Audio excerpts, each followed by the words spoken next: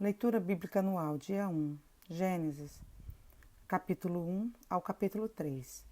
No princípio Deus criou os céus e a terra. Era a terra sem forma e vazia. Trevas cobriu a face do abismo, e o Espírito de Deus se movia sobre a face das águas. Disse Deus, haja luz, e houve luz. Deus viu que a luz era boa, e separou a luz das trevas. Deus chamou a luz dia, e as trevas chamou noite. Passaram-se a tarde e a manhã. Esse foi o primeiro dia. Depois disse Deus, haja entre as águas um firmamento que separe águas de águas. Então Deus fez o firmamento e separou as águas que estavam embaixo do firmamento das que estavam por cima. E assim foi. Ao firmamento Deus chamou céu. Passaram-se a tarde e a manhã. Esse foi o segundo dia. E disse Deus, ajuntem-se num só lugar as águas que estão debaixo do céu, e apareça a parte seca. E assim foi. A parte seca Deus chamou terra, e chamou mares ao conjunto das águas, e Deus viu que ficou bom. Então disse Deus, cubra-se a terra de vegetação, plantas que deem sementes e árvores cujos frutos produzam sementes de acordo com as suas espécies. E assim foi. A terra fez brotar vegetação, plantas que dão sementes de acordo com as suas espécies, e árvores cujos frutos produzem sementes de acordo com as suas espécies. E Deus viu que ficou bom. Passaram-se a tarde e a manhã. Esse foi o terceiro dia.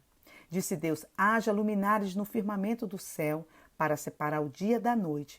Sirvam eles de sinais para marcar estações, dias e anos. E sirvam de luminares no firmamento do céu para iluminar a terra.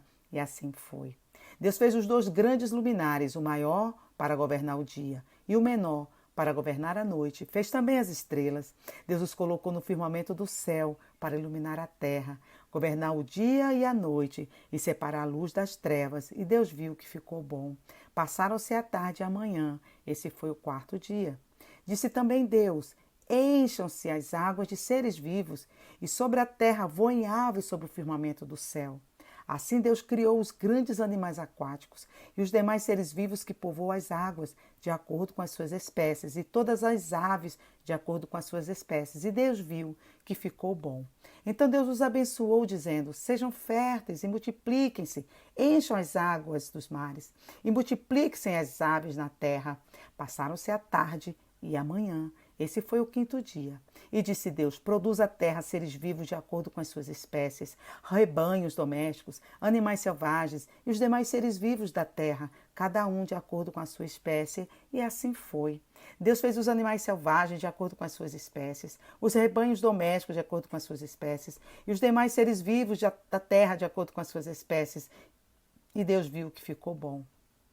Então disse Deus, façamos o homem à nossa imagem, conforme a nossa semelhança. Domine ele sobre os peixes do mar, sobre as aves do céu, sobre os animais grandes de toda a terra e sobre todos os pequenos animais que se movem rente ao chão. Criou Deus o homem à sua imagem, a imagem de Deus o criou. Homem e mulher os criou. Deus os abençoou e lhes disse, sejam férteis e multipliquem-se, encham-a, subjuguem a terra, dominem sobre os peixes do mar, sobre as aves do céu e sobre todos os animais que se movem pela terra. Disse Deus, eis que lhes dou todas as plantas que nascem em toda a terra e produzem sementes, e todas as árvores que dão frutos com sementes, elas servirão de alimentos para vocês. E dou todos os vegetais como alimento, e tudo que tem em si fôlego de vida, e todos os grandes animais da terra, a todas as aves do céu e a todas as criaturas que se movem rente ao chão. E assim foi. E Deus viu tudo o que havia feito, e tudo havia ficado muito bom. Passaram-se a tarde e a manhã. Esse foi o dia sexto. Gênesis 2. Assim foram concluídos os céus e a terra, e tudo o que neles há. No sétimo dia, Deus já havia concluído a obra que realizara, e nesse dia descansou. Abençoou Deus o sétimo dia e o santificou, porque nele descansou de toda a obra que realizara na criação. Esta é a história das origens dos céus e da terra, no tempo em que foram criados, quando o Senhor Deus fez a terra e os céus. Ainda não tinha brotado nenhum arbusto no campo, e nenhuma planta havia germinado, porque o Senhor Deus ainda não tinha feito chover sobre a terra. E também não havia homem para cultivar o solo, Todavia brotava água da terra e irrigava toda a superfície do solo. Então o Senhor Deus formou o homem do pó da terra e soprou em suas narinas o fôlego de vida, e o homem se tornou um ser vivente. Ora, o Senhor Deus tinha plantado um jardim no Éden, para os lados do leste, e ali colocou o homem que formara. O Senhor Deus fez nascer então do solo todo tipo de árvores agradáveis aos olhos e boas para alimento, e no meio do jardim estava a árvore da vida e a árvore do conhecimento do bem e do mal. No Éden nascia um rio que irrigava o jardim, e depois se dividia em 4. O nome do primeiro é Pison.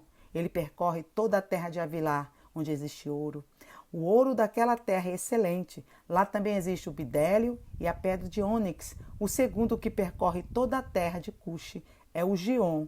O terceiro que corre pelo lado leste da Síria é o Tigre. E o quarto rio é o Eufrates. O Senhor Deus colocou o homem no jardim do Éden para cuidar dele e cultivá-lo. E o Senhor Deus ordenou ao homem: coma livremente de qualquer árvore do jardim, mas não coma da árvore do conhecimento do bem e do mal, porque no dia que dela comer, certamente morrerá. Então o Senhor Deus declarou: não é bom que o homem esteja só. Farei para ele alguém que o auxilie e lhe corresponda. Depois que formou da terra todos os animais do campo e todas as aves do céu, o Senhor Deus os trouxe ao homem para ver como este lhe chamaria. E o nome que o homem desse a cada ser vivo, esse seria o seu nome. Assim o homem deu nomes a todos os rebanhos domésticos, às aves do céu e a todos os animais selvagens. Todavia, não se encontrou para o homem alguém que o auxiliasse e lhe correspondesse. Então o Senhor Deus fez o homem cair em profundo sono, e enquanto este dormia, tirou-lhe uma das costelas, fechando o lugar com carne. Com a costela que lhe havia tirado do homem, o Senhor Deus fez uma mulher e a trouxe a ele. Disse então o homem: esta sim é osso dos meus ossos e carne da minha carne. Ela será chamada mulher, porque do homem foi tirada. Por essa razão, o homem deixará pai e mãe e se unirá à sua mulher, e eles se tornarão uma só carne. O homem e sua mulher viviam nus e não sentiam vergonha. Capítulo 3. Ora, a serpente era o mais astuto de todos os animais selvagens que o Senhor Deus tinha feito. E ela perguntou à mulher: foi isto mesmo que Deus disse? Não comam de nenhum fruto das árvores do jardim? Respondeu a mulher à serpente: podemos comer do fruto das árvores do jardim. Mas Deus disse: não comam do fruto da árvore que está no meio do jardim, nem toquem nela, do contrário vocês morrerão. Disse a serpente à mulher: certamente não morrerão. Deus sabe que no dia que dele comerem, seus olhos se abrirão e vocês serão como Deus, conhecedores do bem e do mal.